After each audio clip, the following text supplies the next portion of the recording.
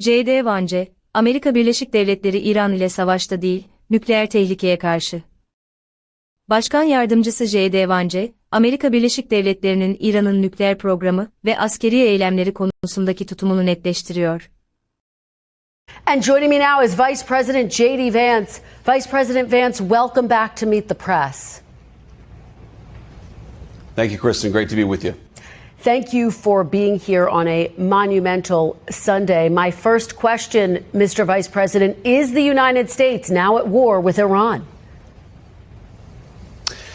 No, Kristen, we're not at war with Iran. We're at war with Iran's nuclear program. And let me just say, Kristen, that we're incredibly grateful and proud of the American Air Force pilots who did an incredible job last night. The operation was really extraordinary. These guys flew from Missouri. They didn't land a single time. They dropped 30,000-pound bombs on a target the size of a washing machine and then got back home safely without ever landing in the Middle East or ever stopping other than to briefly refuel. And of course, they did that in the air. So it's really an incredible operation, a testament to the power of American military. And I think what shows what can happen when you have that great American military in the hands of capable presidential leadership. What we did is we destroyed the Iranian nuclear program. I think we set that program back substantially, and we did it without endangering the lives of the American pilots. That's an incredible thing, and I think we all should be proud. Whatever our politics, we should be proud of what these guys accomplished. A very, very high-impact mission under a lot of pressure. Mr. Vice President, let's talk about what happens next. President Trump posted on social media, quote, any retaliation by Iran will be met with force greater than what was witnessed tonight. If Iran retaliates against the U.S., as it is threatening, what will the United States response be? Well, Krista, that's ultimately going to be the president's decision. But what we've said to the Iranians is we do not want war with Iran. We actually want peace. But we want peace in the context of them not having a nuclear weapons program. And that's exactly what the president accomplished last night. I really think there are two big questions for the Iranians here. Are they going to attack American troops, or are they going to continue with their nuclear weapons program? And if they leave American troops out of it and they decide to give up their nuclear weapons program once and for all, then I think the president has been very clear. We can have a good relationship with the Iranians. We can have a peaceful situation in that region of the world. We have to step back a little bit, Kristen, and remind ourselves that we negotiated aggressively with the Iranians to try to find a peaceful settlement to this conflict. It was only when the president decided that the Iranians were not negotiating in good faith that he took this action. He didn't take it lightly, but I actually think it provides an opportunity to reset this relationship, reset these negotiations, and get us in a place where Iran can decide not to be a threat to its neighbors, not to be a threat to the United States. And if they're willing to do that, the United States is all ears. Well, let's talk about the possibility of negotiations. I mean, the Iranian foreign minister responded to the strikes this morning saying Israel and the U.S. have, quote, blown up diplomacy. Mr. Vice President, is there any real hope for diplomacy, or is diplomacy dead at this point? Well, I think the foreign minister is exactly wrong. We didn't blow up diplomacy. We only took this action, Kristen, when it was clear, as the president said, that the Iranians were tapping us along. I think it's important for the American people to appreciate here that if you go back to March of this year, we had the entire administration engaged in this diplomatic effort. And frankly, in March of this year, we had some optimism. How do we get from there to now? And the answer is we felt very strongly that the Iranians were stonewalling us. They weren't taking this seriously. They were trying to draw this process out as long as possible so that they could rebuild their nuclear weapons program without the threat of American action. We had a limited window in which we could take out this Fordo nuclear facility in particular.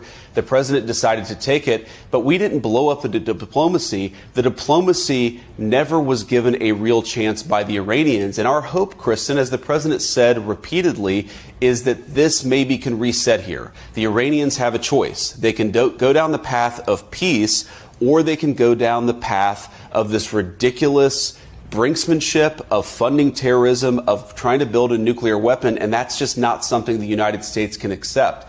I want to say something, Kristen, just to the Iranian leadership. Look, they have tried to build a nuclear weapons program. That program is now destroyed. They tried to build a conventional missile program to attack neighbors in the region. That missile program has shown to be a failure. They have funded terrorism aggressively in the region, and now most of their terrorism proxies are destroyed. The Iranians are clearly not very good at war. Perhaps they should follow President Trump's lead and give peace a chance. If they're serious about it, I guarantee you the President of the United States is too. So has the administration received any messages from the Iranians since the attack overnight? Well, Kristen, I think as we sit here, it's been about 12 hours since what happened last night. We have received some indirect messages from the Iranians, and it's possible, of course, that some of my colleagues in the administration received something early this morning, and I haven't heard about it. But look, our expectation is we're going to learn a lot about what the Iranians want to do, how they want to proceed over the next 24 hours. Again, I just can't be clear enough here. The president has said he wants now to engage in a diplomatic process, but if the Iranians are not going to play ball here, they didn't leave us many options as it pertains to last night, and they won't leave us many options in the future. If Iran disrupts shipping in the Strait of Hormuz, which of course handles about a quarter of the world's oil trade, would that be a red line for the United States, Mr. Vice President? Well, Kristen, I think our biggest red line is the Iranian nuclear weapons program. That is really what the president has said we need to get rid of. But what about the Strait of Hormuz? Steps towards doing that last night. Well, I think that would be suicidal, Kristen, for the Iranians themselves. I mean, their entire economy runs through the Strait of Hormuz. If they want to destroy their own economy and cause disruptions in the world, I think that would be their decision. But why would they do that?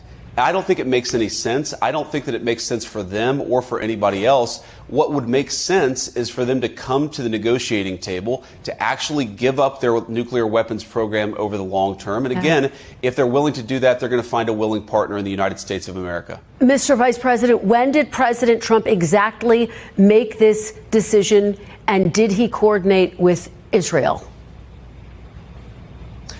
The president, honestly, Kristen, I don't know that any of us knew exactly when the president made the decision, except for the president himself. But if you back up a little bit, we engaged in this diplomatic process.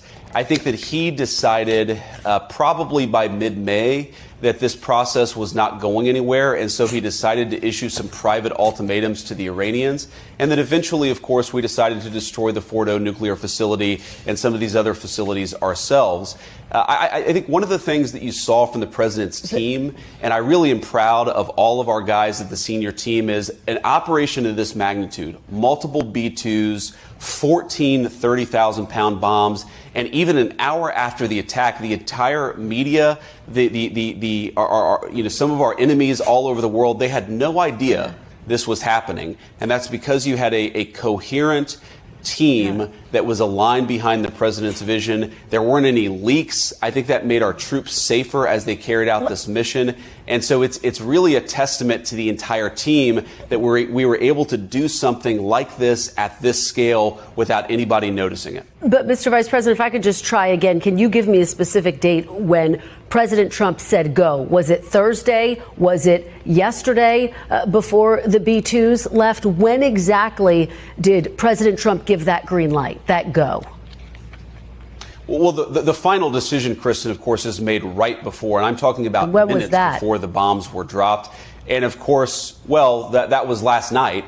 And the president made very clear that the purpose here is to eliminate the Iranian nuclear program.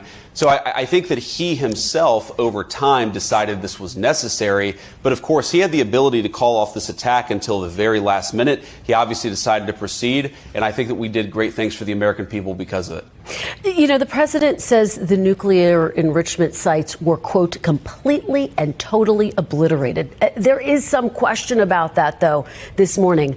Do you have 100% confidence that Iran's nuclear sites were totally destroyed? Well, Kristen, I'm not going to get into sensitive intelligence about what we've seen on the ground there in Iran, but we've seen a lot, and I feel very confident that we have substantially delayed their development of a nuclear weapon, and that was the goal of this attack. That's why it was a success. And of course, what happens next, again, Kristen, is up to the Iranians. Substantially delayed by years? What does substantial Well, again, Kristen, mean? I'm not going to get into sensitive intelligence here, but I think that we have really pushed their program back by a very long time. I think that it's going to be many, many years before the Iranians are able to develop a nuclear weapon. But again, our goal is that they're never able to develop a nuclear weapons program. And that is a conversation that we're going to have with the Iranians and also with our allies in the region. So Iran, again, has said that it would retaliate if the U.S. got involved. There are some 40,000 American troops in the Middle East. The Pentagon is on high alert. Is the U.S. bracing for Iran to target American troops in the region? We're, of course, Kristen, doing everything that we can to keep our people safe. I think that we're prepared in the event that the Iranians do retaliate. But my message to the Iranians is it would be the stupidest thing in the world if they did. If you look at what happened last night, we had an incredibly targeted, precise, surgical strike on the nuclear facilities that are the target of the American operation. Our national interest is for Iran to not get a nuclear weapon. Our strikes last night facilitated that national objective. If the Iranians want to enlarge this by attacking American troops, I think that would be a catastrophic mistake. And as the president said last night, the Iranians would be met with then overwhelming force beyond that. So this is a very delicate moment, Kristen. I don't want to pretend that it's not. But I think the Iranians, if they're smart, they're going to have to look in the mirror and say, hey, maybe we're not so good at this war thing. Let's give peace a chance. Let's drop our nuclear weapons program and start to make some smarter decisions. We're, of course, hoping that's exactly what the Iranians do. And I have a number more questions, so I want to keep moving. How concerned is the administration that Iran or Iranian proxies could carry out a terrorist attack inside the United States? Well, unfortunately, Kristen, we know that a lot of people who we don't have full accounting of were let in over the last 4 years under the Biden administration. We know that some of those people were on terrorism watch lists. We feel very confident in our FBI and law enforcement that we're on top of this situation. But yeah, we're looking at this very closely. We're doing everything that we can to keep our people safe. And this is one of the reasons why border security is national security, is if you let a bunch of crazy people into your country, those crazy people can eventually take action. We're going to do everything that we can to make sure that doesn't happen and to keep Americans safe. Mr. Vice President, can you rule out that getting involved in this conflict won't eventually lead to U.S. boots on the ground?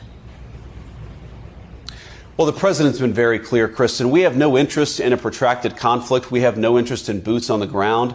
The president has actually been one of the fiercest critics of 25 years of failed foreign policy in the Middle East, which is why he did what he did. A very precise, a very surgical strike tailored to an American national interest. And that national interest is Iran cannot have a nuclear weapon. It would be a disaster for us and for our allies in the region. So I don't fear that this is going to become a protracted conflict, because I think that we have a president who knows what's in America's interests and is willing to do the things necessary to accomplish that interest. As you know, after an Iranian missile struck a hospital in Israel this week, Israel's defense minister said the Ayatollah, quote, can no longer be allowed to exist. Does the United States support Israel killing Iran's leader? Well, look, that's up to the Israelis, but our view has been very clear that we don't want a regime change. We do not want to protract this or build this out any more than it's already been built out. We want to end their nuclear program, and then we want to talk to the Iranians about a long-term settlement here. We believe very strongly that there are two pathways. There's a pathway where Iran continues to fund terrorism, continues to try to build a nuclear program, attacks American troops. That's the bad pathway for Iran, and it will be met with overwhelming force. There's another pathway on the table here. There's a pathway where Iran integrates itself into the international community, stops funding terrorism, and stops trying to pursue a nuclear weapon. This is a reset. This is an opportunity for the Iranians to take the smart path. We certainly hope that they will. Couple more questions and we're almost out of time. Director of National Intelligence Tulsi Gabbard said in March that, quote, Iran is not building a nuclear weapon. Democratic Senator Mark Warner, the vice chair of the Intelligence Committee, said he was briefed on Monday